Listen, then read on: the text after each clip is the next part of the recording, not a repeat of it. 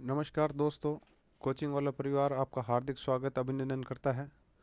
पिछले सेशन के अंदर हमने लाइब्रेरियन सिलेबस के बारे में डिस्कस किया था और प्रत्येक यूनिट को हमने देखा था कि सिलेबस हमारा कितना है और प्रत्येक यूनिट में से कितने क्वेश्चन आएंगे और उनका लेवल क्या रहेगा और हमारी सिलेक्शन के अंदर महत्वपूर्ण भागीदारी कौन सी यूनिट दे सकती है।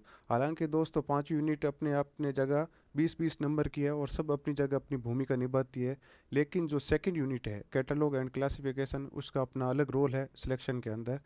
तो आज हम सबसे पहले अपनी फर्स्ट सेशन के अंदर जो फर्स्ट यूनिट है उसके बारे में डिस्कस करेंगे और उसको समझेंगे कि उसके अंदर क्या चीज़ है और क्या हमें पढ़ना है। तो दोस्तों सबसे पहली जो हमारी फर्स्ट टॉपिक है कंसेप्ट ऑफ लाइब्रेरी यानी पुस्तकालय की अवधारणा। ये एक दोस्तों मैं आपको यूँ बता दूं किसी चीज़ के जैसे कोई व्यक्ति आपसे मिलता है तो सबसे पहले आप उसका इंट्रोडक्शन करवाते हो, उसी तरह पुस्तकालय की जो अवधारणा है उसमें आपको सबसे पहले पुस्तकालय का इंट्रोडक्शन जानना है कि पुस्तकालय किसे कहते हैं, उसकी शब्द की उत्पत्ति कैसे हुई, सर्वप्रथम उसका प्रयोग शब्द का किसने किया और उसकी क्या प्रकृति है। चलो दोस्तों सबसे पहले हम आज जानते हैं कि पुस्तकालय की अवधारणा।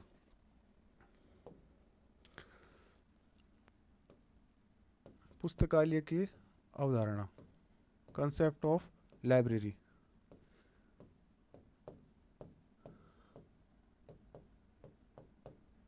तो दोस्तों सबसे पहले हमें पुस्तकालय की अवधारणा के अंदर उसकी परिभाषा जानते हैं कि पुस्तकालय आखिरकार कहते किसे हैं। क्या आप प्रतिदिन डेली पढ़ने जाते हो, जहाँ स्थान ऐसा स्थान जहाँ पढ़ने का आपको माहौल मिले उसे पुस्तकालय कहते हैं, या फिर जो पुस्तक विक्रेता के पास में जो पुस्तकों भंडार होते हैं क्या उसे पुस्तकालय कहते हैं।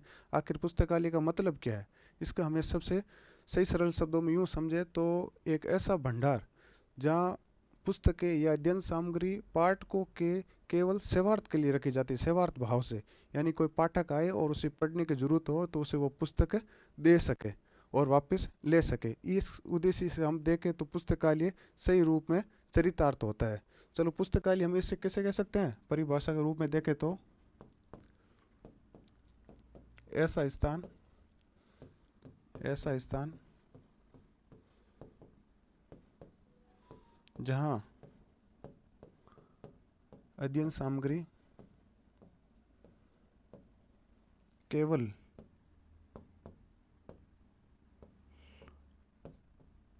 पाठकों के सेवार्थ रखी जाती है, यानी जो अध्ययन सामग्री पाठ को सेवार्थ रखी जाती है तो उसे क्या बोलते हैं, पुस्तकालय कहते हैं। ठीक है दोस्त, लाइब्रेरी का मतलब सिंपल शब्दों में ये हो गया। तो आपको इसमें कोई ऐसा निसंकोच या ऐसा कोई भी डाउट नहीं होना चाहिए कि पुस्तकालय कहते किसे हैं। पुस्तकालय सिंपल शब्दों में यही होगा कि ऐसा पुस्तकों का भंडार जहाँ पाठकों की सेवार्थ रखी जाती पुस्तकें उन्हें पुस्तकालय कहते हैं। चलो दोस्तों ये तो हो गई परिभाषा। अब हम देखते हैं कि जो शब्द की उत्पत्ति है, लाइब्रेरी शब्द है, लाइब्रेरी शब्द है तो इसकी उत्पत्ति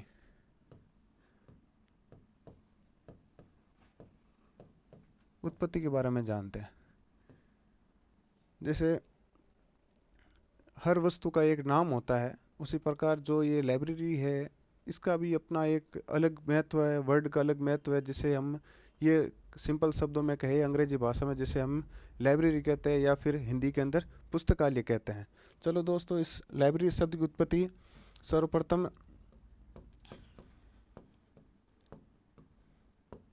एक ग्रीक भाषा का शब्द है, ग्रीक भाषा का शब्द है लाइबर। लाइबर शब्द से उत्पत्ति किसकी हुई है, लाइब्रेरी की, जो किसका शमनार्थी है, फ्रेंच भाषा, फ्रेंच भाषा का शमनार्थी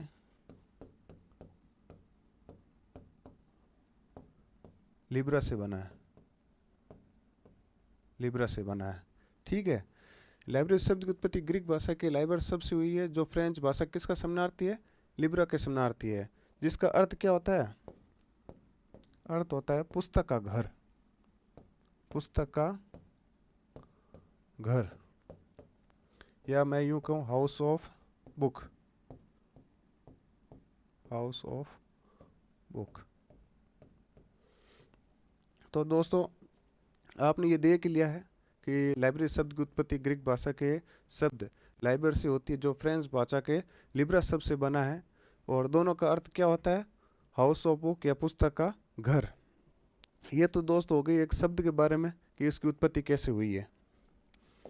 अब देखो, जो लाइब्रेरी शब्द है, पुस्तकालय शब्द है, उसका सर्वप्रथम प्रयोग हमें कहाँ देखने को मिलता है? तो दोस्तों, पुस्तकालय का जो शब्द है, लाइब्रेरी शब्द है,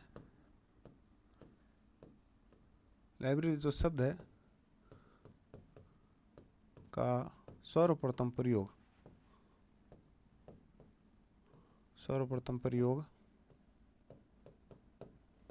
किसमें किया गया था? ऑक्सफोर्ड डिक्शनरी के अंदर। ऑक्सफोर्ड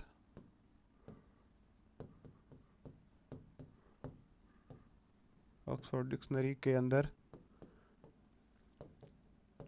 1374 के अंदर, 1374 में प्रयोग किया गया। ठीक है, तो दोस्तों ये भी हमने देख लिया कि लाइब्रेरी जो शब्द है, जो आज हम लाइब्रेरी शब्द सुनते हैं, पुस्तकालय शब्द सुनते हैं, तो इसका सर्वप्रथम ऑक्सफोर्ड डिक्शनरी के अंदर 1374 में किया गया था। चलो, ये तो एक शब्द की बात है कि पर पुस्तकालय विज्ञान शब्द का प्रयोग यदि हम देखें कि पुस्तकालय विज्ञान शब्द का सर्वप्रथम प्रयोग किसने किया? पुस्तकालय विज्ञान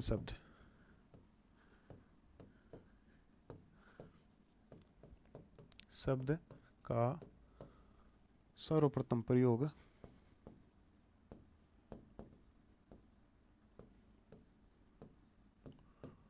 एक जर्मन की लेखक या लेखिका बोल दो, जर्मन की लेखिका ने 1808, जिसका क्या नाम था? मार्टिन स्ट्रेनिगर। ठीक है, ने किया। पहले दोस्तों ओनली फॉर पुस्तकालय शब्द का सबसे पहले प्रयोग तो 1374 में ऑक्सफोर्ड डिक्शनरी में किया गया, जबकि पुस्तकालय के साथ में विज्ञान शब्द का प्रयोग, तो पुस्तकालय यानी पहले एक छोटे रूप में समझा जाता था, एक ओनली फॉर कलात्मक शब्द विषय के रूप में जाना जाता था। जब इसके साथ विज्ञान शब्द हुआ तो इसको पुस्तकालय को कला और विज्ञान दोनों क्षेत्रों में जाना जाता है कि एक कला का क्षेत्र भी है और विज्ञान का क्षेत्र भी है। इसलिए विज्ञान शब्द का सर्वप्रथम प्रयोग किसने किया? 1808 में मार्टिन स्टेनिगर ने किया। ठीक है, जिनका संबंध किससे है? जर्मन से। कई बार एग्जामों के अंदर पूछ चुका है कि मार्टिन स्टेनिगर का संबंध किससे है, तो वो किससे दोस्तों? जर्मन से। और सर्वप्रथम प्रयोग कब किया? 1808 के अंदर। ये पुस्तकालय विज्ञान शब्द का प्रयोग है। जबकि पुस्तकालय विज्ञान एक विषय के रूप में, ये इसकी अवधारणा किसने दी कि पुस्तकालय विज्ञान एक विषय है? उसकी अवधारणा जब हुई कि रंगनाथन महोदय ने इसका सर्वप्रथम पुस्तकालय को विज्ञान के विषय के रूप में स्थापित किया। पुस्तकालय विज्ञान को एक विषय के रूप में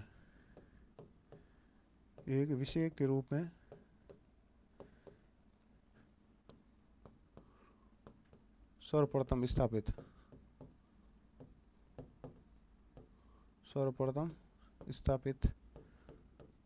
किसने किया दोस्तों? S.R. रंगनाथन, CLE रामावर्त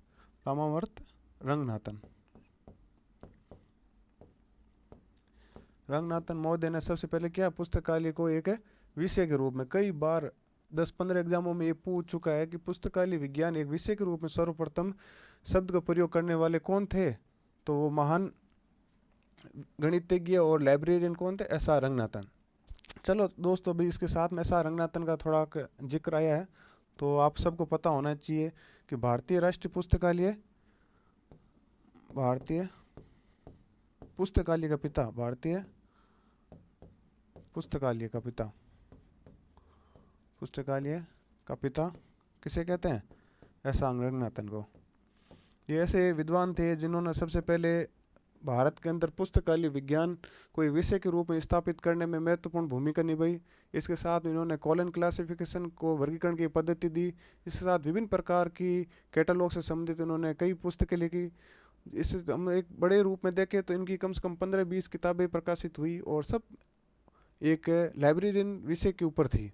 इसलिए इनका ये जो योगदान है वो एक अपने आप में अलग है। इसलिए इसको क्या दिया है, एस आर रंगनाथन को भारतीय पुस्तकालय का पिता की संज्ञा दी है। अब दोस्तों ये बात तो हमने देख लिया है कि पुस्तकालय की परिभाषा क्या है, शब्द की उत्पत्ति कैसे हुई, और जो सर्वप्रथम जो पुस्तकालय शब्द था वो ऑक्सफोर्ड डिक्शनरी के अंदर 1374 में प्रयोग हुआ, और पुस्तकालय विज्ञान शब्द का प्रयोग 1808 में मार्टिन स्टेनिगर किया, और जबकि पुस्तकालय विज्ञान एक विषय के रूप में सर्वप्रथम प्रयोग किया वो क्या, एस आर रंगनाथन ने। ये तो एक नॉर्मल उसका परिचय हो गया। अब देखते हैं कि दोस्तों पुस्तकालय जो हिंदी के अंदर हम बोलते हैं उसे विभिन्न भाषाओं के अंदर किस नाम से और जाना जाता है। पुस्तकालय के अन्य नाम,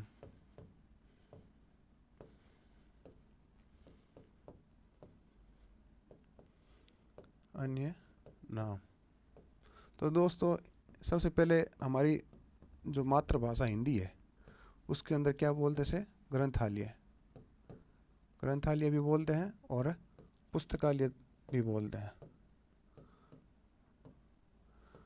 और मातृभाषा की जननी यानी संस्कृत, संस्कृत के अंदर इसे बोलते हैं ग्रंथालय, ग्रंथालय। ठीक है। उर्दू जो भारत के अंदर भी बहुसंख्यक लोग बोलते हैं, जैसे बोलते हैं उर्दू के अंदर किताब घर। क्या बोलते हैं दोस्तों, किताब घर। और बात हम करें कि भारत के अंदर और भाषा जैसे अपनी अंग्रेजी है, प्रशासनिक भाषा। अंग्रेजी के अंदर तो आप सबको पता ही है कि इसे लाइब्रेरी बोलते हैं। ठीक है। इसके अलावा और देखें कि विदेशी भाषाओं के अंदर कई बार पूछ चुका है कि दो भाषाएं जैसे जर्मन और स्पेनिश, ये ऐसी दो कई एग्जाम आ रखा है कि जर्मन भाषा में पुस्तकालय को क्या कहते हैं, या फिर आ रखा है स्पेनिश भाषा के अंदर पुस्तकालय को किस नाम से जाना जाता है। तो हम सबसे पहले देखेंगे जर्मनी। जर्मनी के अंदर पुस्तकालय क्या कहते हैं, इसे कहते हैं दोस्तों बिब्लियोथेका, बिब्लियोथेक। क्या बोलते हैं दोस्तों, बिब्लियोथेक, यानी कि पुस्तकालय को जर्मनी भाषा में क्या बोलते हैं, बिब्लियोथेक बोलते हैं, जबकि स्पेनिश में बिब्लियोथेका।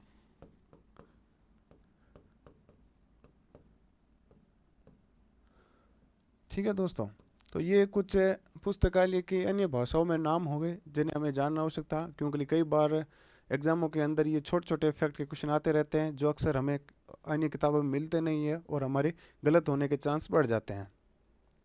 अब हम देखें कि जो हमारा पुस्तकालय यानी लाइब्रेरी होती है उसको हमें प्रकृति के आधार या स्वरूप के आधार पर कितने भागों में विभाजित कर सकते हैं।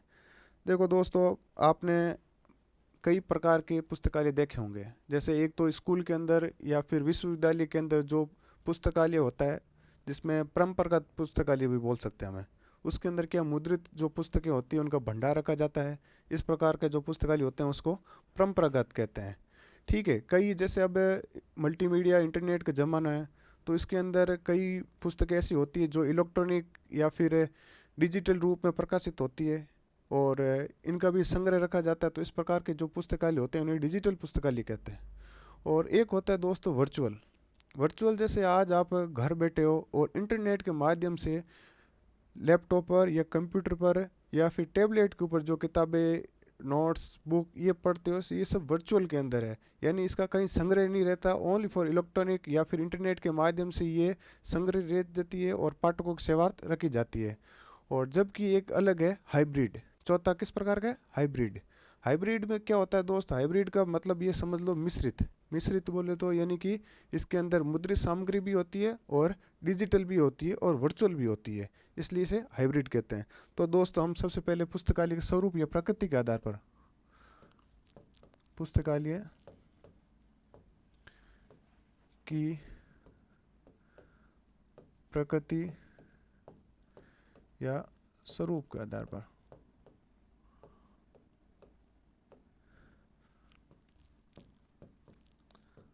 आधार पर विभाजन।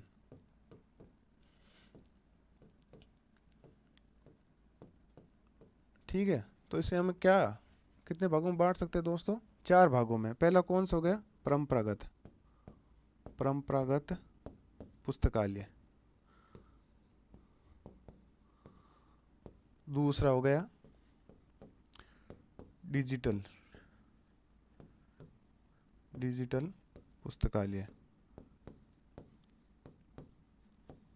तीसरा हो गया वर्चुअल, वर्चुअल पुस्तकालय। और अंतिम कौन सा हो गया दोस्तों? वो है हाइब्रिड, हाइब्रिड पुस्तकालय। ये दोस्तों 4 प्रकार के पुस्तकालय जिन्हें हमें किसके आधार पर बांटा है? प्रकृति और स्वरूप के आधार पर। अब दोस्तों इसमें मेन क्या अंतर है जिनकी वजह से इनको चारों को अलग रखा है? अंतर और विशेषता के आधार पर, अंतर और विशेषता के आधार पर, विशेषता के आधार पर दोस्तों इनका विभाजन किया जाता है। ठीक है, इनकी क्या विशेषता है और क्या इनके स्वरूप और प्रकृति के अंदर भिन्नता है जिसकी वजह से इनको चारों को अलग किया जाता है। देखते हैं एक एक को, पोस्टमार्टम करते हैं इनका। सबसे पहले लेते हैं हम परंपरागत पुस्तकालय, परंपरागत पुस्तकालय। ठीक है, ये दोस्तों अक्सर आप देखते हैं, आपने ग्रेजुएशन किए हैं या फिर स्कूल लाइफ में आपने देखे होंगे, जो पुस्तकालय स्कूलों के अंदर या फिर विश्वविद्यालय के अंदर होते हैं वो अक्सर ज़्यादातर परंपरागत पुस्तकालय होते हैं। अब परंपरागत क्यों कहते हैं? परंपरागत इसलिए कहते हैं कि इसके अंदर जो पुस्तकें होती है, पुस्तकें या फिर मैं कहूँ पाठ्य सामग्री, पाठ्य सामग्री या फिर अध्ययन सामग्री जो होती है वो केवल किस में होती है? केवल मुद्रित रूप में होती है। किस में होती है? मुद्रित रूप में। मुद्रित बोले तो दोस्तों प्रिंटिंग रूप में होती है, यानी प्रिंटिंग मशीन द्वारा जो किताबें प्रकाशित होती है, इस प्रकार की जो पुस्तकें होती है वो क्या होती है? परंपरागत पुस्तकालय कहा जाता है। ठीक है, जैसे हमारे विद्यालय या फिर उदाहरण के तौर पर हम इसे विद्यालय का पुस्तकालय, विद्यालय पुस्तकालय या फिर वर्चुअल अपने विश्वविद्यालय पुस्तकालय, विश्वविद्यालय पुस्तकालय। ठीक है दोस्तों, ये परंपरागत पुस्तकालय हो गया। अब हम सेकंड देखते हैं, जिसे हमें डिजिटल पुस्तकालय कहते हैं, डिजिटल पुस्तकालय। अब देखो डिजिटल आता ही आपके दिमाग में बहुत सारी चीज़ें आती है। आप सबको पता है, आज छोटा बच्चा जन्म से ही उसको पता है मोबाइल कैसे चलाना है, कैसे नहीं चलाना है। तो डिजिटल का मतलब तो आप सबको पता ही है। ठीक है, अब डिजिटल के अंदर क्या चीज़ें हैं, जिनकी क्या विशेषता है, जिनको हम परंपरागत से अलग रख सकते हैं। तो दोस्तों कि इसके अंदर पहली विशेषता तो ये है कि इसके अंदर जो पाठ्य पुस्तकें होती है, पाठ्य पुस्तकें, पाठ्य पुस्तकें इलेक्ट्रॉनिक या डिजिटल माध्यम में उपलब्ध होती है, माध्यम में उपलब्ध होती है, होती है। ठीक है दोस्तों, पहला इसकी एक विशेषता होगी कि इसके अंदर डिजिटल पुस्तकालय है, तो उसके अंदर फर्स्ट ये विशेषता होगी कि जो पाठ्य पुस्तक हैं जो इलेक्ट्रॉनिक या डिजिटल माध्यम, इलेक्ट्रॉनिक का मतलब ये हो गया कि जो पाठ्य पुस्तकें मुद्रित रूप में यानी प्रिंटिंग के रूप में ना होके, जैसे लैपटॉप पे पढ़नी होगी या फिर अपने कंप्यूटर पे पढ़नी होगी या फिर अपने जो पाम टैब होते हैं या फिर इस तरह के जो इलेक्ट्रॉनिक छोटे फ़ोन होते हैं, इनके माध्यम से हम जो किताबें पढ़ सकते हैं, उस प्रकार की जो किताबें होती है दोस्तों वो किस प्रकार कहलाती है? डिजिटल पुस्तकालय। अब डिजिटल पुस्तकालय के अंदर एक कई बार इस प्रकार का क्वेश्चन आता है कि किस प्रकार के पुस्तकालय के अंदर इंटरनेट की ज़रूरत पड़ती है। तो दोस्तों डिजिटल पुस्तकालय हैं उसके अंदर अपने इंटरनेट की ज़रूरत नहीं पड़ती है। इस चीज़ को आप नोट करना कि डिजिटल पुस्तकालय के अंदर इंटरनेट की ज़रूरत नहीं पड़ती है। ठीक है। दूसरी विशेषता ये होगी कि डिजिटल पुस्तकालय के अंदर क्या दोस्तों, इंटरनेट की ज़रूरत नहीं पड़ती है। ये एक मुख्य बिंदु है, इसको आप वेरी वेरी इंपॉर्टेंट लगा देना। कई बार क्वेश्चन आ चुका है कि 4 प्रकार के जो ये पुस्तकालय है उनके ऑप्शन दे देता है कि निम्न में से किस प्रकार के पुस्तकालयों में इंटरनेट की ज़रूरत पड़ती है। ज़रूरत पड़ती है तो इसमें 4 ऑप्शन दिए होते हैं, तो उसमें वर्चुअल होता है, तो वर्चुअल के अंदर इंटरनेट की ज़रूरत होती है, इसलिए क्या है उसको राइट मानते हैं। और जबकि डिजिटल होता है इसको रॉन्ग मानते हैं। क्योंकि दोस्तों आपने देखा होगा कि डिजिटल जहाँ पुस्तकालय होता है वहाँ लाइब्रेरी के अंदर ही अपनी व्यवस्था रहती है पढ़ने की, और वहाँ अपने फॉर्मेट फिक्स सेव किए होते हैं कंप्यूटर के अंदर। कोई भी पाठक आता है जिसको पढ़ना होता है वो अपने कंप्यूटर या फिर लैपटॉप या फिर टैबलेट के ऊपर वहाँ बैठ के अध्ययन सामग्री पढ़ सकता है, या फिर पेन ड्राइव होगी या फिर पीडीएफ के रूप में वो चीज़ें अपने पास लेके और पढ़ सकता है। तो इसमें इस प्रकार की दोस्तों इस चीज़ के अंदर उसमें नेट की ज़रूरत नहीं पड़ती है, इसलिए ये इम्पोर्टेंट हो गया। और उसके बाद हम देखें कि कई बार एक ये और क्वेश्चन आया जाता है कि भाई डिजिटल पुस्तकालय जो इसमें इंटरनेट की ज़रूरत नहीं पड़ती है, और दूसरा ये हो गया कि इस प्रकार इलेक्ट्रॉनिक या डिजिटल माध्यम में पुस्तकें उपलब्ध होती है। और तीसरा महत्वपूर्ण बिंदु है कि जो डिजिटल पुस्तकालय के अंदर सेवा है वो लैन के द्वारा दी जाती है। तीसरा दोस्त इम्पोर्टेंट ये भी है कि लैन के द्वारा किस प्रकार के पुस्तकालय के अंदर लैन के द्वारा अपने पाठकों की सेवा दी जाती है। लैन का मतलब लोकल एरिया नेटवर्क। लैन का मतलब दोस्तों क्या हो गया, लोकल एरिया नेटवर्क। आपने कंप्यूटर के अंदर नेटवर्क पढ़े होंगे, उसके अंदर दोस्तों लोकल एरिया नेटवर्क आता है लैन, जो एक सीमित क्षेत्र के अंदर सीमित दायरे के अंदर अपनी सेवाएं दे सकता है। एक मेन सर्वर के द्वारा वो कंप्यूटर से जुड़ा रहता है, और अन्य प्रकार के जो इसके नीचे अपने सर्वर के नीचे कंप्यूटर जुड़े रहते हैं उनको सेवाएं प्रोवाइड कर देता है या फिर प्रदान करता है। तो इस 3 प्रकार की ये विशेषता होगी इसके अंदर। और डिजिटल पुस्तकालय काफ़ी हद तक महत्वपूर्ण है, क्वेश्चन में आने एग्जाम में आने क्वेश्चन के चांस होते हैं। तीसरा दोस्तों वो होता है वर्चुअल वर्चुअल पुस्तकालय। अब देखो वर्चुअल का मतलब होता है दोस्तों कि ऐसा पुस्तकालय जहां आपको कहीं जाने की ज़रूरत नहीं पड़ती है, आपको घर बैठे ही वो पुस्तकालय की जो सेवाएं होती है घर बैठे ही प्रदान की जाती है। तो इसमें दोस्तों सर्वप्रथम तो ये आपको पता होना चाहिए, जैसे हम घर पे बैठे हैं और कोई भी बुक्स होती है इंटरनेट के माध्यम से हम प्राप्त करते हैं। ठीक है। तो उस प्रकार की जो पुस्तकें हम डिजिटल माध्यम से इलेक्ट्रॉनिक माध्यम से या फिर इंटरनेट के माध्यम से जो पढ़ते हैं, उस प्रकार की जो पुस्तकें हम प्राप्त करते हैं वो दोस्तों वर्चुअल लाइब्रेरी के अंदर आती है। तो इसमें सबसे महत्वपूर्ण बिंदु ये हो गया कि वर्चुअल पुस्तकालय में इंटरनेट इंटरनेट की आवश्यकता होती है,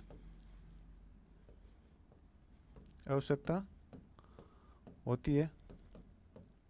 ठीक है दोस्तों। और दूसरा जो बिंदु है कि वर्चुअल लाइब्रेरी और डिजिटल लाइब्रेरी में अंतर क्या है, तो आप तो बोलोगे सर उसमें भी हम अपने लैपटॉप के माध्यम से पढ़ रहे थे और इसके अंदर भी वही एक सिस्टम है। तो दोस्तों उसमें सबसे पहले ये हो गया कि उसमें इंटरनेट की ज़रूरत नहीं पड़ रही थी और इसके अंदर इंटरनेट की ज़रूरत पड़ रही है। और दूसरा अंतर ये है कि दोस्तों डिजिटल पुस्तक पढ़ने के लिए आपको एक निश्चित जगह पुस्तकालय में जाकर ही पढ़ना पड़ता था, जबकि वर्चुअल लाइब्रेरी के अंदर आप घर बैठे इलेक्ट्रॉनिक माध्यम से पुस्तकें पढ़ सकते हैं। तो ये एक अंतर हो गया, यानी कि कहीं जाने की ज़रूरत नहीं होती है, कहीं जाने की ज़रूरत नहीं होती है। ठीक है। अब पहले दो हम पुस्तकालय जो स्वरूप के आधार प्रकृति के आधार पर देखे थे, तो वहाँ हमें किसी एक निश्चित भौगोलिक क्षेत्र के अंदर जाके, जैसे पुस्तकालय जहाँ बना हुआ है उस ढांचे के अंदर जाके हमें पढ़ना पड़ता था, बैठना पड़ता था। जबकि इस प्रकार के पुस्तकालय के अंदर हमारे ऐसी कोई पाबंदी या बंदिश नहीं है कि हम कहीं जाके बैठ के एक निश्चित स्थान पर वहीं ये चीज़ अध्ययन सामग्री पढ़ सकते हैं। जबकि दोस्तों इसमें कहीं कहीं जाने की जरूरत नहीं पड़ती है और कोई पाबंदी नहीं होती, इसलिए इसे क्या बोलते हैं, बिना दीवारों का पुस्तकालय। बिना दीवारों का, बिना दीवारों का पुस्तकालय, बिना दीवार का पुस्तकालय या बिना दीवारों को library without, library without wall, wall यानी दोस्तों दीवार होता है।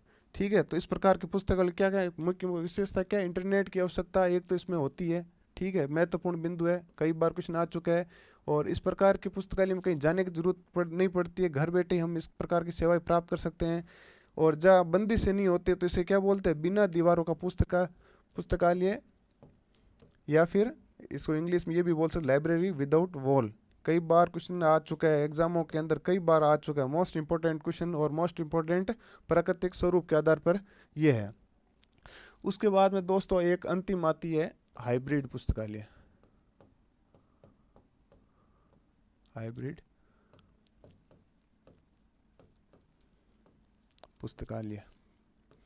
अब हाइब्रिड तो आप नाम परिचित होंगे, कई बार फसलों में आप हाइब्रिड नाम सुनते हैं। तो हाइब्रिड का आपको सबको पता है कि संकरण, यानी संकरण बोले तो मिश्रित रूप की जो एक नस्ल होती है उसे संकरण या फिर हाइब्रिड नाम दिया जाता है। तो इसके अंदर भी वही चीज़ है, हाइब्रिड का मतलब भी यही भी वही है कि मिश्रित। अब मिश्रित किसका, ठीक है, कि परंपरागत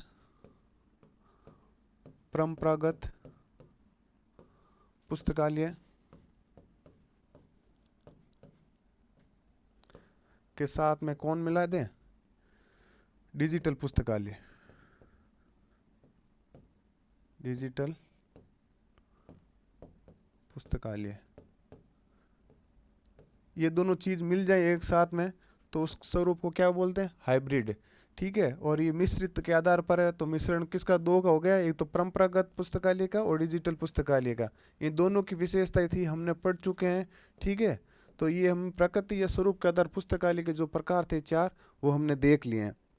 ठीक है दोस्तों, अब हम आगे बढ़ते हैं कि अवधारणा में परिभाषा और शब्द उत्पत्ति और विभिन्न प्रकार के पुस्तकालय की देशों में अंदर किस भाषा के अंदर क्या नाम से जाना जाता है वो देख ली। साथ में प्रकृति या स्वरूप के आधार पर पुस्तकालय कितने भागों में बांट चुके थे वो भी हम देख लिया। ठीक है, अब हम ये देखें कि भारत के अंदर जो पुस्तकालय का जो आज तक विकास हुआ है उस विकास के कालक्रम को देखेंगे कि प्राचीन काल के अंदर भारत के अंदर कैसे पुस्तकालय थे, उसके अंदर किस प्रकार का विकास हुआ। मध्यकाल में भारत के अंदर जो पुस्तकालय थे उनको राजा महाराजाओं ने किस प्रकार से बढ़ावा दिया, या फिर आधुनिक पुस्तकालय जो हम देखते हैं यानी अंग्रेजों के शासन से वहाँ से लेके आज तक के, उसको हम आधुनिक पुस्तकालय के रूप में देखते हैं। तो ये एक चीज़ हम समझेंगे कि जो भारत के अंदर पुस्तकालय का विकास हुआ है वो किस रूप में हुआ है। तो दोस्तों टॉपिक है भारत के अंदर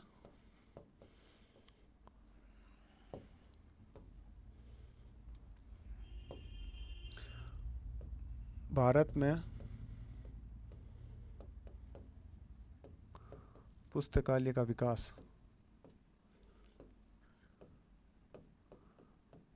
यानी इसका इतिहास क्या रहा है, ये अपने आज तक जो वर्तमान स्वरूप में आया है वो कैसे गुजर के वर्तमान स्वरूप तक पहुंचा है, तो इसमें ये चीज़ हमें देखेंगे।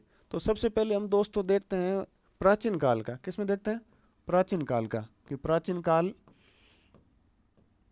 के अंदर पुस्तकालय कैसे थे और उनका विकास कैसे हुआ। तो दोस्तों सबसे पहले तो आपको ये पता ही होगा कि जब लेखन सामग्री यानी कि पेन या फिर जो पेपर है इनका विकास नहीं हुआ, उससे पहले जब लेखन सामग्री विकास नहीं हुआ तो या तो अनुश्रुति के माध्यम से ऋग्वेद, यजुर्वेद, अथर्ववेद जो हम नाम सुनते हैं उनको अनुश्रुति के माध्यम से यानी कि गुरु अपने शिष्य के समकक्ष बैठ के उन्हें एक मुख वचन द्वारा उनको याद करवाते थे। धीरे धीरे समय के साथ में जब ऋषि मुनियों ने ताड़पत्र और भोजपत्र, ताड़पत्र और भोजपत्र क्या होता है, देखो दोस्तों कि पेड़ की जो छाल होती है, ये पेड़ हो गया, इस पेड़ की जो यहाँ तना की छाल होती है उसको यहाँ से अच्छी तरह से काट लिया जाता है और उसके ऊपर किसी स्याही के माध्यम से या नील के माध्यम से कुछ लिख दिया जाता है लेखन सामग्री रूप में। तो इस प्रकार के जो लेखन सामग्री होती है दोस्तों उसे ताड़पत्र या भोजपत्र कहते हैं। और कई बार क्या होता था दोस्तों कि अपने लेखन सामग्री रूप में कई पेड़ों की पत्तियों को काम में लेते थे, क्यों पेपर का विकास नहीं हो रखा था। पेपर का विकास तो चीनियों द्वारा लगभग समथिंग 11वीं या 12वीं शताब्दी में हुआ था, तो उससे पहले ये चीज़ें भोजपत्र और ताड़पत्र के रूप में हमें देखने को मिलती है। तो दोस्तों प्राचीन काल के अंदर यदि मैं पुस्तकालय की बात करूं तो उसमें सबसे पहला दोस्तों पुस्तकालय आता है, वो किसका आता है, नालंदा पुस्तकालय।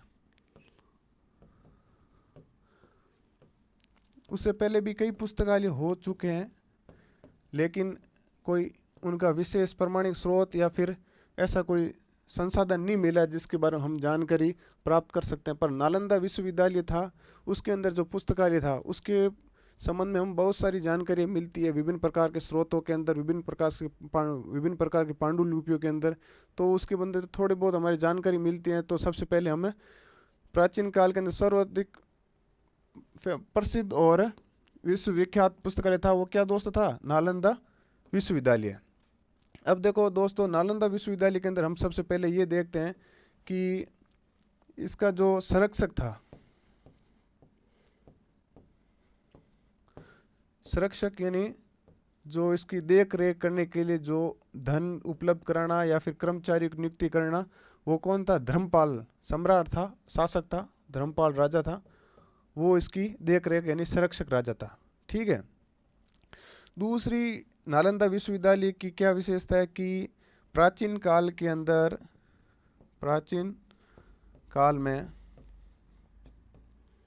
विश्व का सबसे बड़ा, विश्व का सबसे बड़ा एवं प्रसिद्ध जो पुस्तकालय था वो कौन सा था दोस्तों, नालंदा पुस्तकालय था। ठीक है। अब इसकी जो प्रसिद्धि इतनी है या फिर हम विभिन्न प्रकार के विवरण पढ़ते हैं, तो दोस्त इसकी प्रसिद्धि के पीछे एक तो ये था कि विश्वविद्यालय का जो पुस्तकालय था, विश्वविद्यालय का पुस्तकालय नालंदा विद्यालय, ठीक है, इसका जो पुस्तकालय था नालंदा का उसे धर्मगंज के नाम से जानते थे। धर्मगंज यानी जो उसका भवन था, पुस्तकालय जो विश्वविद्यालय का पुस्तकालय भवन था उसको किस नाम से जानते थे दोस्तों, धर्मगंज के नाम से। ठीक है। अब जो भवन था धर्मगंज, उसको 3 भागों में विभाजन कर रखा था पुस्तकालय को, उसकी भवन की संरचना के आधार पर। पहला था दोस्तों रत्ना सागर, दूसरा था रत्न निधि, तीसरा था रतन रंजिका। ठीक है दोस्तों। जो रतन सागर था वो सर्वाधिक प्रसिद्ध था, सर्वाधिक प्रसिद्ध। ठीक है। दूसरी इसकी ये 9 मंजिला था। क्या दोस्तों, उस टाइम प्राचीन काल के अंदर कहा जाता है कि जो नालंदा विश्वविद्यालय का धर्मगंज भवन था उसके अंदर रत्न सागर जो पुस्तकालय का एक विभाग था उसके अंदर 9 मंजिले की भवन थी। ठीक है। और फिर इसमें एक चीज़ है कि इतना विश्वविख्यात था तो इसमें हिंदू धर्म, बौद्ध धर्म और जैन धर्म, इन तीनों धर्मों से संबंधित कई पुराण या फिर अनुसूतियाँ, धर्मशास्त्र या फिर चिकित्सा पद्धतियाँ या धर्म के बारे में जो जानकारियाँ मिलती थी उससे संबंधित पांडुलिपियाँ या फिर ग्रंथ, महत्वपूर्ण ग्रंथ है इसके अंदर। इसलिए क्या है कि विभिन्न प्रकार के जो बाहरी यात्री थे, भारत का भ्रमण करने के लिए आते थे, हैंसांग है या फिर फायान है, तो उन सब ने उन नालंदा विश्वविद्यालय की जो प्रांगण था जहाँ, वहाँ जाके अवलोकन किया तो उन्होंने वास्तविक तौर पर पाया था कि विश्व का सर्वाधिक बड़ा और विश्वविख्यात जो पुस्तकालय था वो एकदम उस हालत में उस टाइम जो आश्चर्यचकित करने वाला था। ठीक है। उसके बाद में दोस्तों क्या हुआ कि अपने बाहरी आक्रमणकर्ता बख्तियार खिलजी, बख्तियार खिलजी नाम का एक बाहरी आक्रमण करता था। इसने दोस्तों जब भारत के ऊपर आक्रमण किया था तो ये बिहार के पटना क्षेत्र में वैसे पड़ता है, नालंदा विश्वविद्यालय बिहार के पटना क्षेत्र में पड़ता है। तो जब यहाँ आक्रमण किया था तो इसने क्या किया, इससे पुस्तकालय और विश्वविद्यालय दोनों को जला दिया। तो कहा जाता है कि इसने जब जलाया तो 6 माह तक ये इतना बड़ा था, विशाल आकृति इतनी थी कि 6 माह तक बिना रुके जलता रहा पुस्तकालय। ठीक है, तो नालंदा विश्वविद्यालय के बारे में जो हमारे सामने कोई महत्वपूर्ण विशेषता थी और फैक्ट थे वो हमने देख लिए। अब देखते हैं दोस्तों, नालंदा के बाद में एक और विश्वविद्यालय प्राचीन काल में प्रसिद्ध था, वो था विक्रमशिला।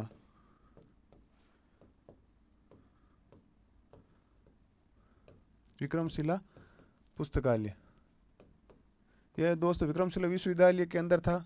ठीक है, और इसका भी संरक्षक कौन था, तत्कालीन शासक वो धर्मपाल ही था।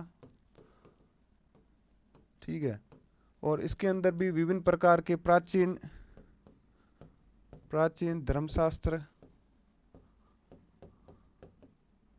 न्यायशास्त्र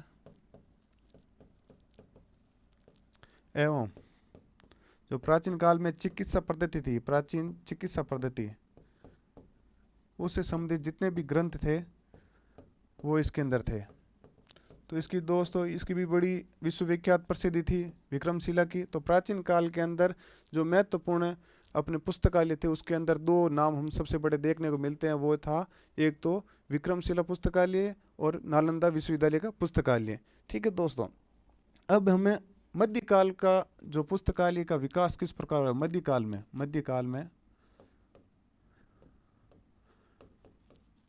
में पुस्तकालय का विकास। अब दोस्तों मध्यकाल तक आते आते भारत के छोटे मोटे रियासत की राजाओं ने अपना शासन स्थापित कर लिया था। ठीक है, छोटे छोटे राज्य स्थापित हो चुके थे और मध्यकाल के अंदर राजाओं ने केवल राज परिवार तक की पुस्तकों का संरक्षण और उनकी देखरेख तक ही सीमित रखा, क्योंकि उस टाइम में जनता की सेवा के लिए जो पुस्तकें थी वो उपलब्ध नहीं रखते थे।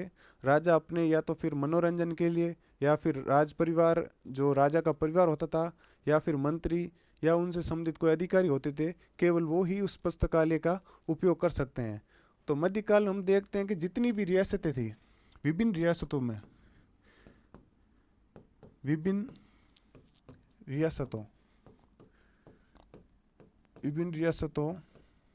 के राजाओं ने केवल राज परिवार तक ही पुस्तकालय के उपयोग हेतु सीमित रखा। ठीक है दोस्तों, तो ये आपने देख लिया कि मध्यकाल के अंदर जो राजा अपनी रियासत के अंदर था वो अपने रियासत के अंदर एक पुस्तकालय का निर्माण करवा के केवल उसका एक ही उद्देश्य था कि राज परिवार का इसका उपयोग कर सकता है। तो मध्यकाल के अंदर भारत के अंदर बहुत सारे या तो विदेशी आक्रमणकारी या फिर जो भारत के स्थानीय राजा थे उन्होंने अपनी रियासत के अंदर विभिन्न प्रकार के पुस्तकालय स्थापित किए थे। तो इसमें विभिन्न प्रकार के नाम आते हैं, लेकिन ऐसा कोई महत्वपूर्ण पुस्तकालय ना रहा है जिसकी वजह से भाई इसमें से कोई क्वेश्चन बन सकता है। और लगभग विभिन्न प्रकार के प्रतियोगिता परीक्षा में हमने देखा है कि प्राचीन काल या फिर आधुनिक काल के पुस्तकालय के बारे में पूछा जाता है। मध्यकाल के बारे में आज तक कभी क्वेश्चन पूछा ही नहीं है और ना किसी बुक्स के अंदर दे रखा है। तो प्राचीन काल के अंदर हमने दो तो देख लिए, ठीक है, नालंदा और तक्षशिला अपने विक्रमशिला विश्वविद्यालय। ठीक है, और आधुनिक के अंदर हम देखेंगे किस प्रकार के और पुस्तकालय हैं। ठीक है, तो आधुनिक की जब हम बात करें दोस्तों, तो आधुनिक काल में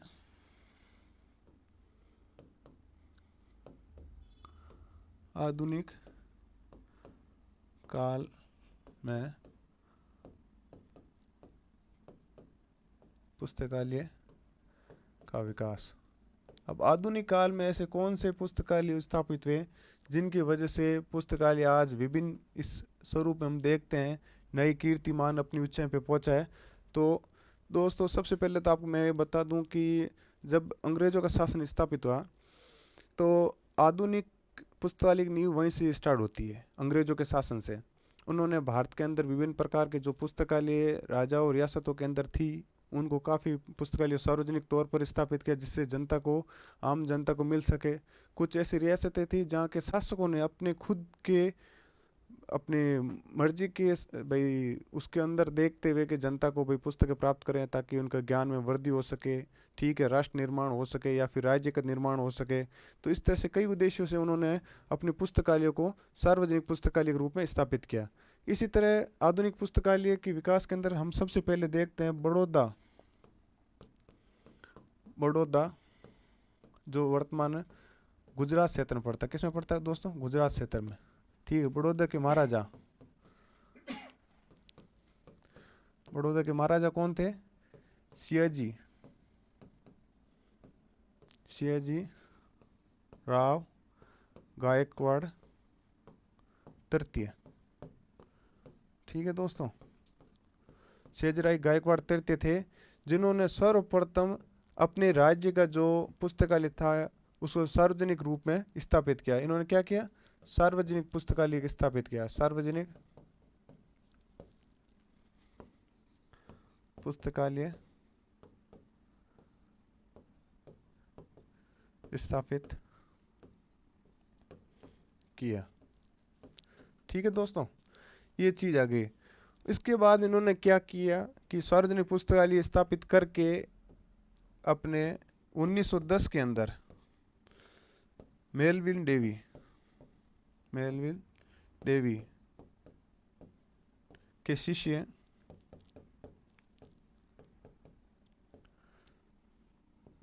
डब्ल्यू.ए. बोर्डन को पुस्तकालय का निदेशक नियुक्त किया, पुस्तकालय का निदेशक नियुक्त किया ताकि सार्वजनिक पुस्तकालय जनता की सेवा के लिए जो खोला गया हो उसमें ऐसी सुविधाएं जो सेवाएं देने के योग्य हो, उसके निदेशक तौर पर वो उसकी देख रेख के अंदर सेवाएं प्रदान की जा सके। अब दोस्तों सर्वप्रथम ये देखते हैं कि आपने इसमें मेलविन डेवी और डब्ल्यू.ए. बोर्डन का नाम आपने देखा है, ठीक है। तो मेलविन डेवी जिसे पुस्तकालय विज्ञान का जनक कहते हैं, भारत के अंदर पुस्तकालय विज्ञान का जनक एस आर रंगनाथन है, जबकि पुस्तकालय विज्ञान का जनक आता है कहीं भी तो वहाँ क्या होगा? Melvin Davy. और भारत का पुस्तकालय विज्ञान का जनक आता है तो वहाँ कौन होगा? एस आर रंगनाथन, ठीक है। इनके शिष्य थे डब्ल्यू.ए. बोर्डन, ठीक है। मेलविन डेवी का संबंध अमेरिका से, जबकि डब्ल्यू.ए. बोर्डन का संबंध किससे है? इंग्लैंड से है। इनके शिष्य थे, ठीक है दोस्तों। तो इन्होंने यहाँ एक नियुक्ति की डब्ल्यू.ए. बोर्डन ताकि ये अपने राज्य के अंदर जो पुस्तकालय अपने संचालित है उसको सही तरह से देख रेख कर सके और जनता को सेवाएं प्रदान कर सके। चलो ये तो दोस्त हो गए सियाजीराव गायकवाड़ के बारे में। और एक महत्वपूर्ण तथ्य और है शिवाजीराव गायकवाड़ साहब के बारे में। इन्हें भारत में पुस्तकालय आंदोलन का प्रेरणा, भारत में वेरी इंपॉर्टेंट क्वेश्चन है दोस्तों, बहुत सारे एग्जामों में आ रखा है। भारत में पुस्तकालय आंदोलन के प्रणेता, तो वो कौन है दोस्तों? वो है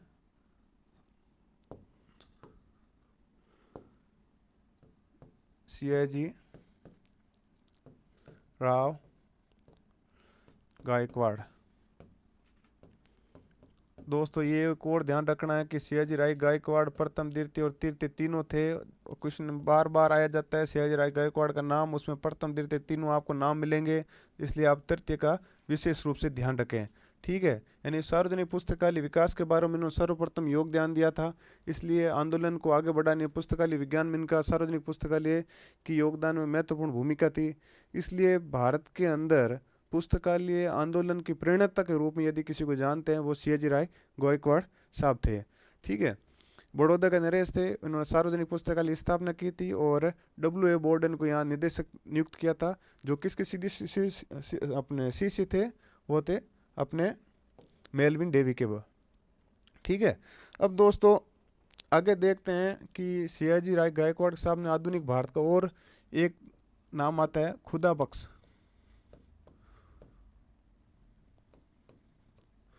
खुदा बख्श ओरिएंटल लाइब्रेरी, खुदा बख्श ओरिएंटल लाइब्रेरी या पुस्तकालय, यह भी एक आधुनिक काल में स्थापित पुस्तकालय था। ठीक है, अपने काल का महत्वपूर्ण पुस्तकालय। अब ये कहाँ पड़ता है? ये पड़ता है बिहार के अंदर, बिहार पटना, बिहार के अंदर कहाँ? पटना क्षेत्र में स्थापित है। ठीक है दोस्तों, इसकी स्थापना किसने की थी?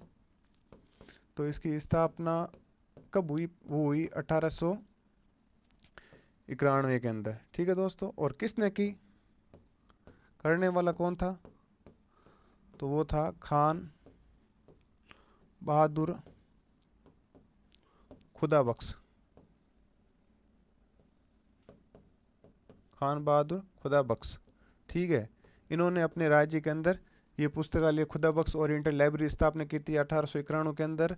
और कहाँ पड़ती है दोस्तों? पटना बिहार के अंदर पड़ती है। ठीक है, इसके बारे में और महत्वपूर्ण तथ्य ये है कि ये एक पांडुलिपि, इसके अंदर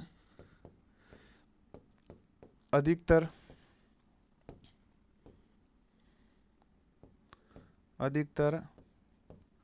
पठनीय स्रोत क्या है दोस्तों? वो है पांडुलिपि, पांडुलिपि।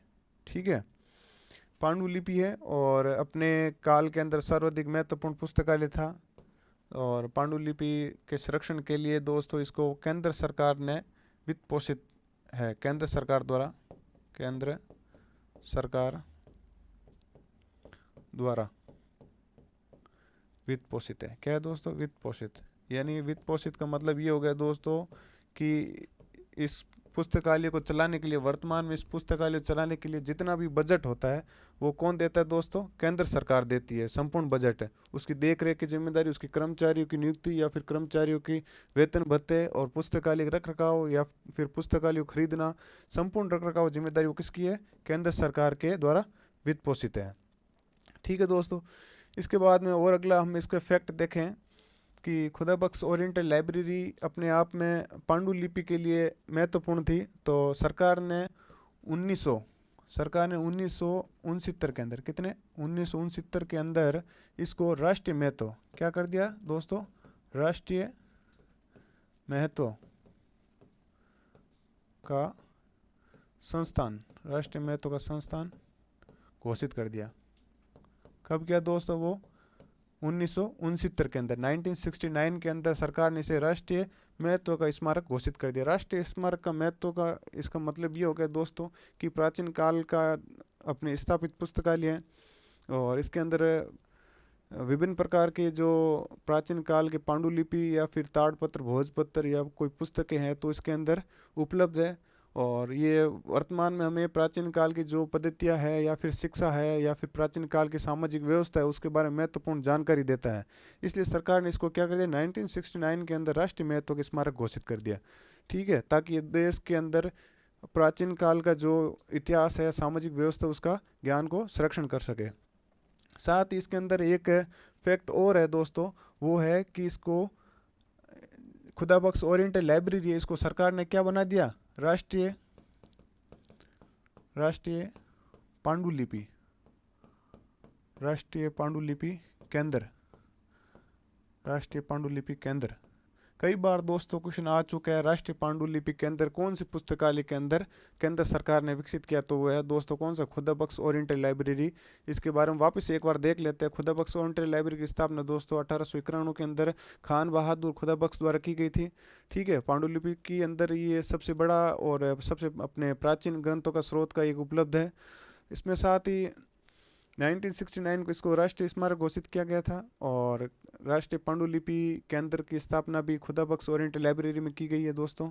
ठीक है, ये कुछ इसके बारे में कुछ महत्वपूर्ण स्रोत हैं। अब देखते हैं दोस्तों अगली आधुनिक काल के अंदर पुस्तकालय विकास के अंदर सरस्वती पुस्तकालय, सरस्वती, ये भी दोस्तों अपने आप के अंदर प्रसिद्ध पुस्तकालय था। ठीक है, तो इसकी स्थापना देख लेते हैं पहले कि स्थापना कब भी हुई इसकी। इसकी स्थापना हुई दोस्तों 1774 के अंदर। और किसने की थी, कोई राजा का स्पष्ट नाम तो नहीं आता, पर कहते हैं तंजौर के किसी राजा ने की थी। ठीक है, तंजौर जहाँ राज्य है वहाँ के राजा ने इसकी स्थापना की थी। और इसके बारे में एक महत्वपूर्ण तथ्य है कि 1975 के अंदर 1975 के अंदर सरकार ने इसको भी क्या कर दिया दोस्तों, राष्ट्रीय महत्व की संस्था, राष्ट्रीय महत्व की संस्थान घोषित कर दिया। और ठीक है दोस्तों, 1975 के अंदर ये घोषित कर दिया। इसके अलावा सबसे महत्वपूर्ण तथ्य एक आता है कि भारत के अंदर पांडुलिपि संग्रह की दृष्टि से सबसे बड़ा पुस्तकालय कौन सा है। तो दोस्तों सबसे पहले नाम इसी का आता है, सरस्वती पुस्तकालय का नाम सबसे पहले आता है। कई बार क्वेश्चन आ चुका है, केवीएस के अंदर क्वेश्चन एक बार आ चुका है कि भारत के अंदर सर्वाधिक या फिर सर्वाधिक मात्रा के अंदर पांडुलिपि संग्रह किस पुस्तकालय के अंदर उपलब्ध है, तो वो है सरस्वती पुस्तकालय। तो आप इसको भी एक नोट डाउन कर ले कि भारत के अंदर सर्वाधिक मात्रा में, भारत के अंदर सर्वाधिक मात्रा में पांडुलिपि भंडार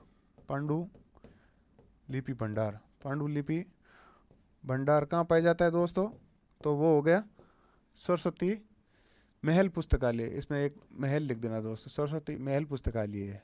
ठीक है, तो वहाँ ये सर्वाधिक मात्रा के अंदर पांडुलिपि भंडार पाया जाता है। तो इसके अंदर ये 3-4 महत्वपूर्ण बातें थी। इसकी स्थापना 1774 के अंदर हुई। किसने की, तंजौर के राजाओं ने की। 1975 के अंदर सरकार ने इसे राष्ट्रीय महत्व का संस्थान घोषित कर दिया था। और इसके अंदर क्या, भारत का सर्वाधिक मात्रा के अंदर पांडुलिपि भंडार कहाँ पाया जाता है, वो है अपने इसमें सरस्वती महल पुस्तकालय के अंदर।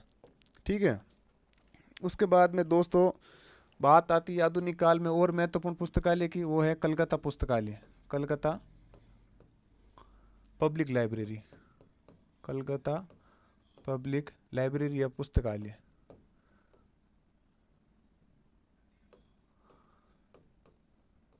ठीक है दोस्तों, आज आप भारत का राष्ट्रीय पुस्तकालय देखते हैं, इंडियन नेशनल लाइब्रेरी देखते हैं, तो उसका यदि इतिहास हम जानेंगे तो सर्वप्रथम कलकत्ता पब्लिक लाइब्रेरी की स्थापना 21 मार्च 1836 में हुई थी। ठीक है, उसको 1844 के अंदर मेटकॉफ हॉल के अंदर स्थानांतरित कर दिया था। और 1891 के अंदर ही एक अलग लाइब्रेरी वायसराय लॉर्ड कर्जन के टाइम में स्थापित हुई थी, इंपीरियल लाइब्रेरी। उस लाइब्रेरी को 1902 के अंदर कलकत्ता पब्लिक लाइब्रेरी को मिला के इंपीरियल लाइब्रेरी ऑफ इंडिया नाम दिया था। और आगे जाके 1948 के अंदर भारत आज़ाद हुआ, उसी इंपीरियल लाइब्रेरी ऑफ इंडिया को भारत का राष्ट्रीय पुस्तकालय घोषित किया था। तो दोस्तों इस प्रकार से हम देखते हैं कि कलकत्ता पब्लिक लाइब्रेरी अपने प्राचीन काल में एक भारत का राष्ट्रीय पुस्तकालय रूप में भी स्थापित, यानी इसकी नींव पड़ चुकी थी। तो इसकी स्थापना दोस्तों कहाँ हुई, स्थापना हुई थी इसकी कलकत्ता के अंदर। कलकत्ता कहाँ है, पश्चिम बंगाल के अंदर है, पश्चिम बंगाल। ठीक है दोस्तों, फिर कब हुई, तो वो है 21 मार्च। तारीख नोट डाउन कर लेना दोस्तों, कई बार क्वेश्चन आ चुका है 1836 के अंदर। ठीक है, 1836 के अंदर जिसमें तारीख कई बार तारीख पूछता है, वो तो तारीख आप याद रख लेना कि 21 मार्च 1836। ठीक है, दूसरी ये इसका जब ये स्थापित हुई 1836 के अंदर, तो दोस्तों इसका जो अपना भवन था पुस्तकालय का, तो वो कहाँ था, अपने पोर्ट विलियम कॉलेज कोलकाता के अंदर है। ठीक है दोस्तों, तो वहाँ ये पुस्तकालय स्थापित हुआ था उस भवन के अंदर, कॉलेज के अंदर। ठीक है, क्यों के लिए वो हाथों हाथ जिसकी स्थापना करनी थी और उसके लिए अपने भवन निर्मित नहीं था, तो एक बार ही टेम्परेरी रूप में क्या कर दिया, इसमें कोर्ट विलियम कॉलेज के अंदर 1836 के अंदर स्थापित कर दिया था। जब 1844 के अंदर मैटकॉफ हॉल मैटकॉफ हॉल तैयार हो गया, तो उसके अंदर दोस्तों क्या कर दिया, कलकत्ता पब्लिक लाइब्रेरी को स्थानांतरित कर दिया। ठीक है, ये चीज़ ये है। और एक इसमें और देख लेते हैं कि कलकत्ता पब्लिक लाइब्रेरी है वो अपने 1902 के अंदर 1902 के अंदर क्या हो जाती है, इंपीरियल लाइब्रेरी में विलय। ठीक है, कई बार आ चुके क्वेश्चन में और महत्वपूर्ण भी है, इसलिए इसको भी नोट डाउन कर लेना, 1902 के अंदर। अब कलकत्ता पब्लिक लाइब्रेरी के अलावा एक और वापस नाम हम देखेंगे, आधुनिक काल की एक प्रसिद्ध लाइब्रेरी इंपीरियल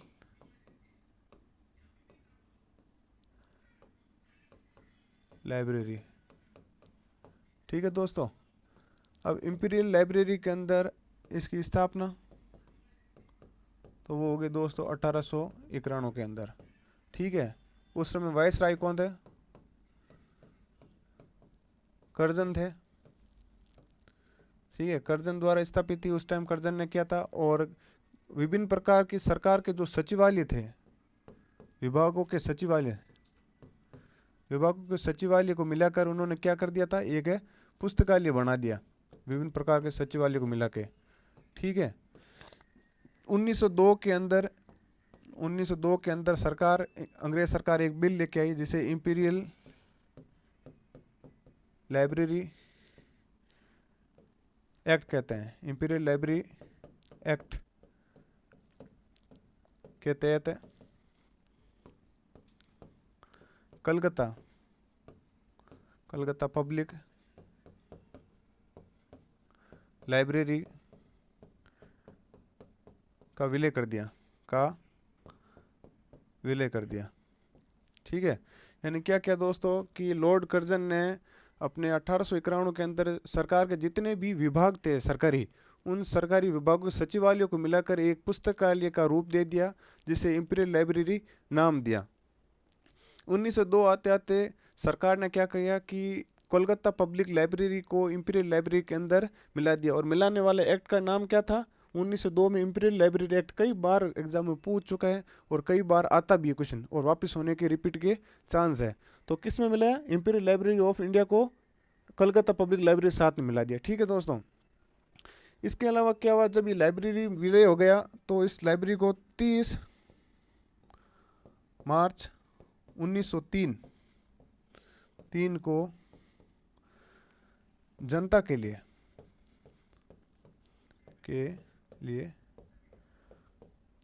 खोल दिया।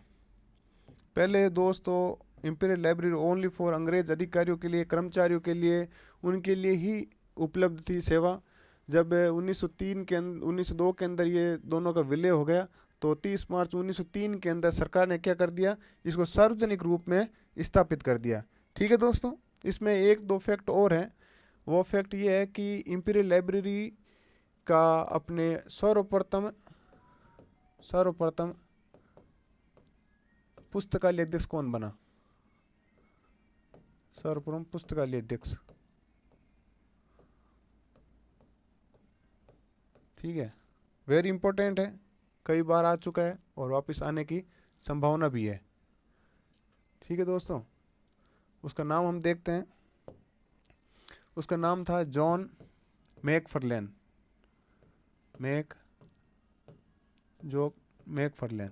ठीक है, 1903 के अंदर ये जॉन मैकफर्लेन बना था। सर्वप्रथम कहाँ का था, ब्रिटिश था। ठीक है, और एक तो ये आता है कि इंपीरियल लाइब्रेरी का सर्वप्रथम पुस्तकालय अध्यक्ष किसे नियुक्त किया गया था, तो वो था जॉन मैकफर्लेन। जबकि कई बार क्वेश्चन थोड़ा घुमा के आता है कि अंग्रेजों द्वारा इंपीरियल लाइब्रेरी ऑफ इंडिया में किस भारतीय को सर्वप्रथम लाइब्रेरियन या फिर पुस्तकालय अध्यक्ष नियुक्त किया, तो वो थे कौन, प्रथम भारतीय नाम आए तो वो थे हरिनाथ डे। कौन थे दोस्तों, हरिनाथ डे, प्रथम भारतीय। प्रथम भारतीय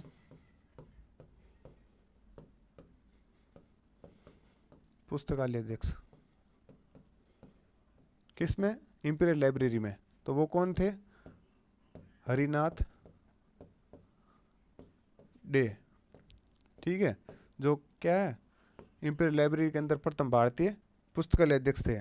तो दोस्तों ये तो अपनी बात आ गई इंपीरियल लाइब्रेरी ऑफ इंडिया की बात है। ठीक है, अब इसी कड़ी के आगे हम देखते हैं कि रामपुर पुस्तकालय, रामपुर पुस्तकालय। ठीक है दोस्तों, रामपुर पुस्तकालय भी अपने आधुनिक काल के अंदर एक महत्वपूर्ण पुस्तकालय था। और इसकी बात की जाए तो सरकार ने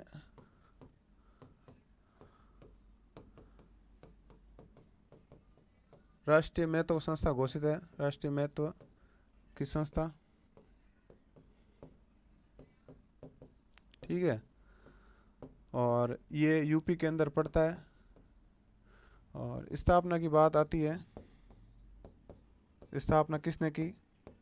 तो रामपुर के राजा थे, रामपुर के राजा या फिर नवाब कह दो, रामपुर के नवाब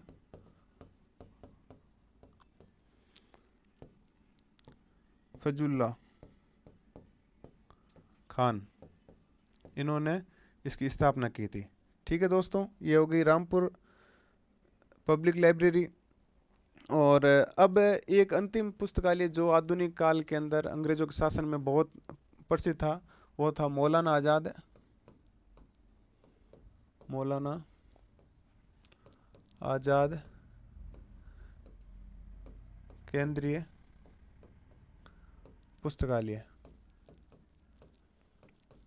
मौलाना आज़ाद केंद्रीय पुस्तकालय। ठीक है, तो ये दोस्तों अलीगढ़ मुस्लिम विश्वविद्यालय के अंदर स्थित है, अलीगढ़ मुस्लिम विश्वविद्यालय, अलीगढ़ मुस्लिम विश्वविद्यालय का जो भवन है उसके अंदर कौन सा पुस्तकालय स्थापित है? मौलाना आज़ाद केंद्रीय पुस्तकालय। और इसके अंदर एक महत्वपूर्ण फैक्ट ये है कि उर्दू भाषा में रचित साहित्य संग्रह, साहित्य संग्रह सर्वाधिक मात्रा में उपलब्ध है। ठीक है दोस्तों, तो ये बात है। आगे किसके बारे में? मौलाना आज़ाद केंद्रीय पुस्तकालय के बारे में दो फैक्ट है।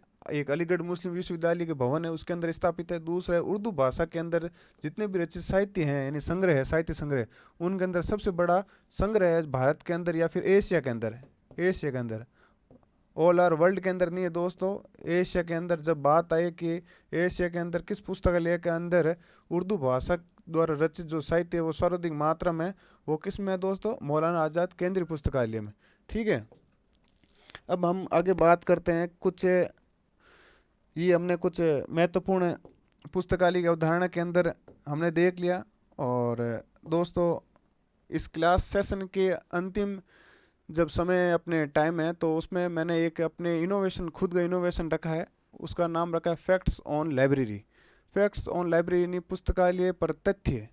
यानी दोस्तों इसके अंदर मैं आपको डेली, जब डेली क्लास पूरी होगी उससे 5 मिनट तक आपको ऐसे फैक्ट लिखाऊंगा जो विभिन्न पुस्तकालय अध्यक्ष की भर्ती से संबंधित महत्वपूर्ण तथ्य हैं और विभिन्न प्रकार की परीक्षा के अंदर आ चुके हैं और आगे भी आने के चांस है।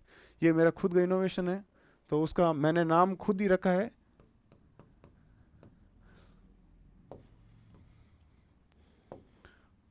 फैक्ट्स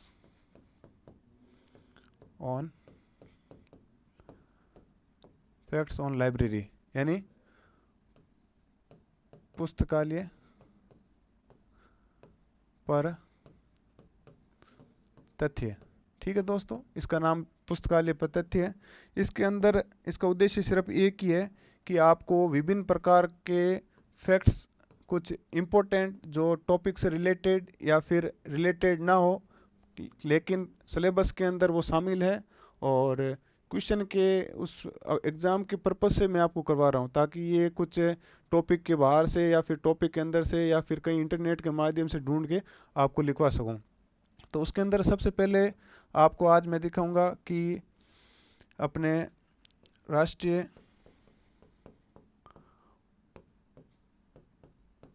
पांडुलिपि मिशन। आज दोस्तों हमने बहुत सारी पांडुलिपि की बात की, 3-4 बार चर्चा के अंदर आ गया। खुदा बख्श ओरिएंटल लाइब्रेरी पढ़ा तब उसमें पांडुलिपि की बात आई थी, और जब हमने सरस्वती में लाइब्रेरी पढ़ा उसके अंदर भी हमने पांडुलिपि की बात आई थी।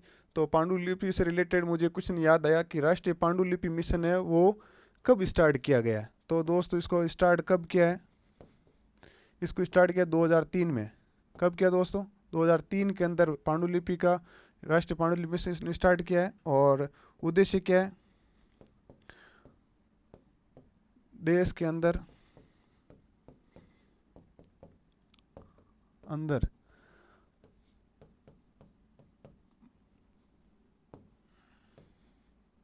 देश के अंदर प्राचीन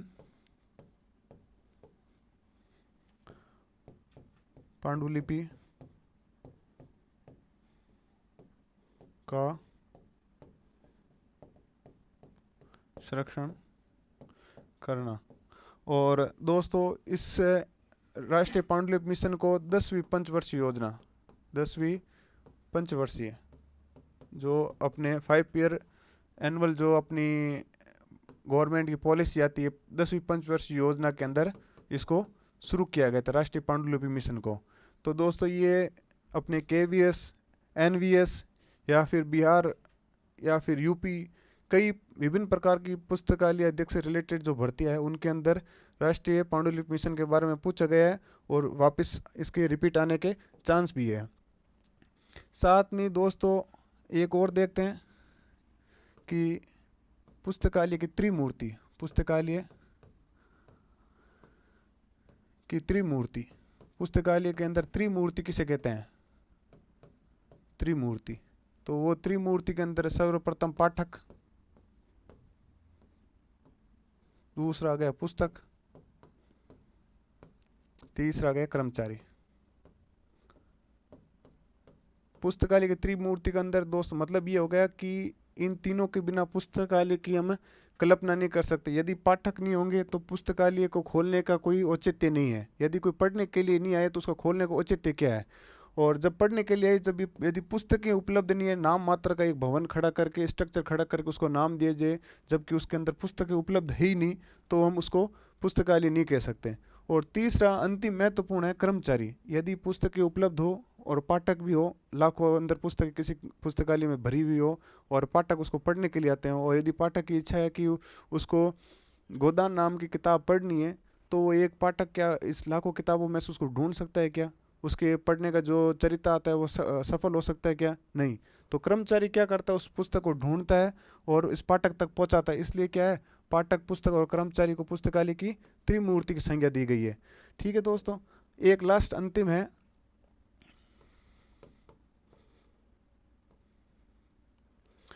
अंतिम है दोस्तों पेपरलेस सोसाइटी।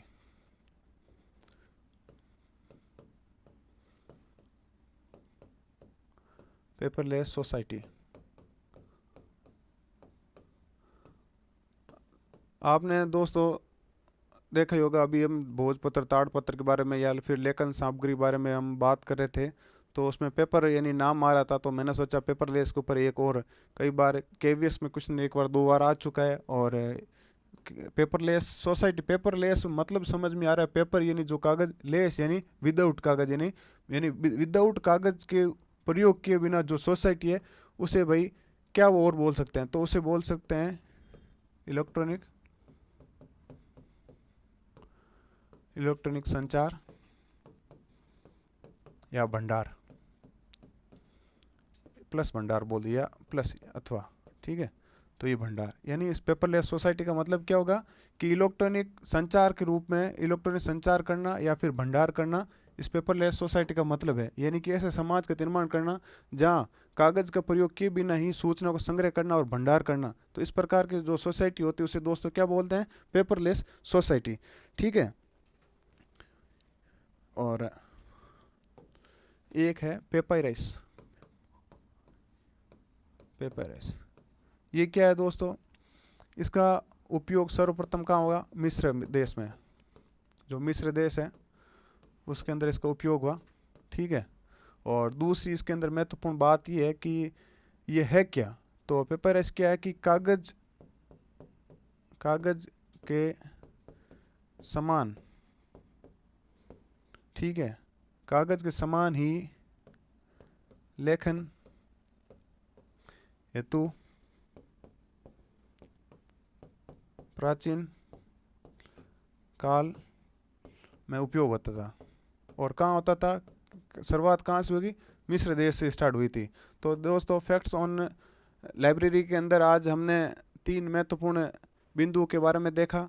साथ ही अपने कंसेप्ट ऑफ लाइब्रेरी की जो पुस्तकालय अवधारणा उसके अंदर भी हमने ये देखा कि पुस्तकालय की परिभाषा, शब्द, उसका अर्थ या फिर पुस्तकालय के संरचना या तत्व या संरचना के आधार पर, स्वरूप के आधार पर किस तरह से हमने बांटा। साथ ही हमने ये भी देखा कि प्राचीन काल से आधुनिक तक पुस्तकालय विकास किस क्रम में हुआ। और उसके बाद हमने ये फैक्ट्स ऑन लाइब्रेरीज के बारे में विभिन्न प्रकार के तथ्य तो देखते गए। तो दोस्तों आज हमारी ये फर्स्ट क्लास आपको कैसी लगी आप कमेंट करके ज़रूर बताएं। आपको यदि किसी प्रकार का कोई डाउट है इस टॉपिक से जो रिलेटेड हमने पढ़ाया है या फिर कोई सब्जेक्ट से या कोर्स रिलेटेड कोई भी डाउट है तो आप कमेंट बॉक्स के अंदर ज़रूर कमेंट करें। और कोई भी चीज़ आपको समझ में नहीं आती है तो उसके लिए आप और कमेंट करके बता सकते हैं ताकि मैं नेक्स्ट डे और आपको अच्छे से समझा सकूं। धन्यवाद दोस्तों।